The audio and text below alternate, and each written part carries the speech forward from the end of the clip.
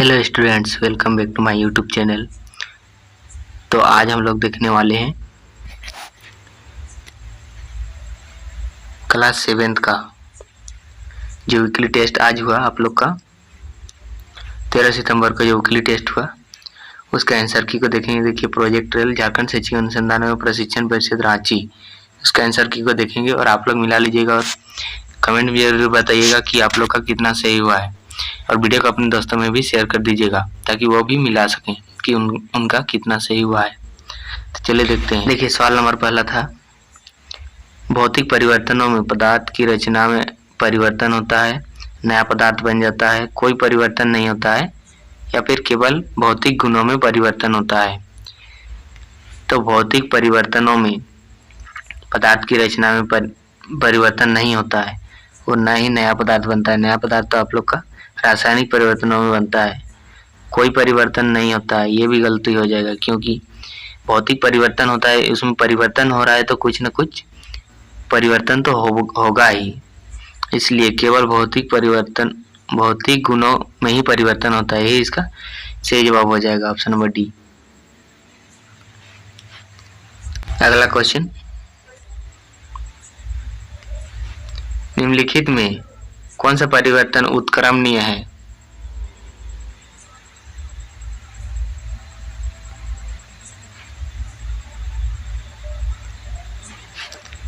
Option है दूध का फट जाना, दूध का दही बनना, दही से मक्खन निकालना या फिर घी का पिघलना।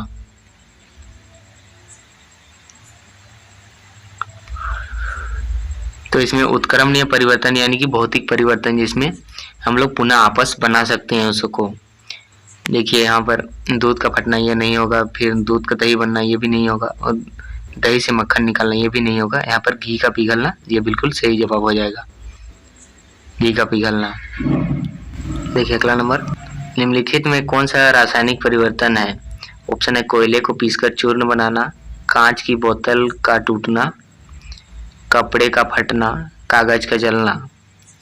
यहाँ पर रासायनिक परिवर्तन वो होता है जो कि जिसे हम लोग दोबारा प्राप्त नहीं कर सकते हैं। तो यहाँ पर बिल्कुल सही जवाब हो जाएगा कागज का जलना। कागज एक बार जल गया तो वह जलकर राख हो जाता है, उसे हम लोग पुनः कागज नहीं बना सकते हैं। अगला नंबर, गुब्बारे का फूलना किस प्रकार का परिवर्तन है? ऑप्शन है भौतिक परिवर्तन, रासायनिक परिवर्तन, दोनों या फिर इनमें से कोई नहीं। तो गुब्बारे को फुलाया जाता है,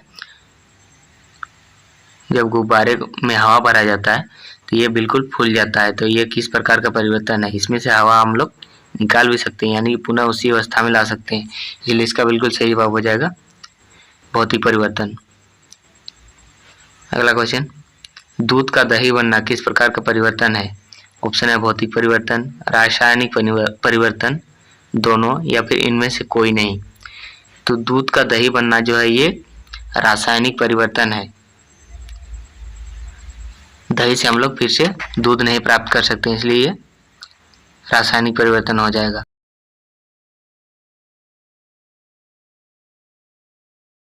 देखिए आगे आप लोग का है, रिक्त स्थान को भरना है, पत्ते एक एक नंबर का ही है। ऐसे परिवर्तन जिसमें नए पदार्थ बनते हैं खाली स्थान कहलाता है। तो इसमें आप लोग का बिल्कुल सही जवाब हो जाएगा वो रासायनिक परिवर्तन कहलाता है, हो जाएगा। या फिर अनुत्क्रमणीय परिवर्तन, रासायनिक परिवर्तन का ही दूसरा नाम है अनुत्क्रमणीय परिवर्तन, वो हो सकता है। अगला नंबर का सवाल देखिए, फलों का पकना खाली स्थान परिवर्तन कहलाता है। तो फलों का पकना भी अनुत्क्रमणीय परिवर्तन है क्योंकि फल पक गया उसके बाद हम लोग पुनः उसे कच्चा नहीं कर सकते हैं। फिर अगला सवाल देखिए, पटाखे का विस्फोट एक रासायनिक परिवर्तन है क्योंकि इसमें उत्पन्न होते हैं, क्या उत्पन्न होता है? तो इसमें ध्वनि उत्पन्न होता है। अगला सवाल, समुद्री जल से साधारण नमक किस विधि द्वारा प्राप्त किया जाता है? तो समुद्री जल से साधारण नमक आप लोग का बाष्पीकरण विधि से प्राप्त किया जाता है। अगला क्वेश्चन, लवण युक्त जल जंग लगने के प्रक्रम की दर को क्या कर देता है? यानी कि बढ़ा देता है कि घटा देता है? तो आप लोग देखे होंगे कि कोई भी लोहे का सामान यदि पानी के संपर्क में यानी कि थोड़ा बहुत जल के संपर्क में रहता है तो वो बहुत ही जल्दी जंग लगता है, यानी कि जंग लगने की दर को बढ़ा देता है। यहाँ पर बढ़ा हो जाएगा, इसका आंसर बढ़ा देता है। अगला क्वेश्चन देखिए सेक्शन बी, स्टील के चम्मच को अचार के डिब्बे में क्यों नहीं रखना चाहिए? इसका आंसर देखिए, अचार में उपस्थित नमक हाइड्रोक्लोरिक एसिड बना लेता है, इससे स्टील पर प्रतिकूल प्रभाव पड़ता है और स्टील की चम्मच खराब हो जाती है, यानी कि जंग भी लग सकता है। देखिए लोहे की अलमारी को पेंट क्यों करते हैं? ये बहुत ही बीबीआई सवाल है आप लोग का। लोहे की अलमारी को पेंट क्यों करते हैं, ये आप लोग का फाइनल एग्जाम में पूछा जाएगा, गारंटी देते हैं। लोहे की अलमारी को जंग लगने से बचाने के लिए पेंट करते हैं। सही बात है, जंग लगना एक रासायनिक परिवर्तन है जो लोहे से बनी वस्तुओं को प्रभावित करता है और उन्हें धीरे धीरे नष्ट कर देता है,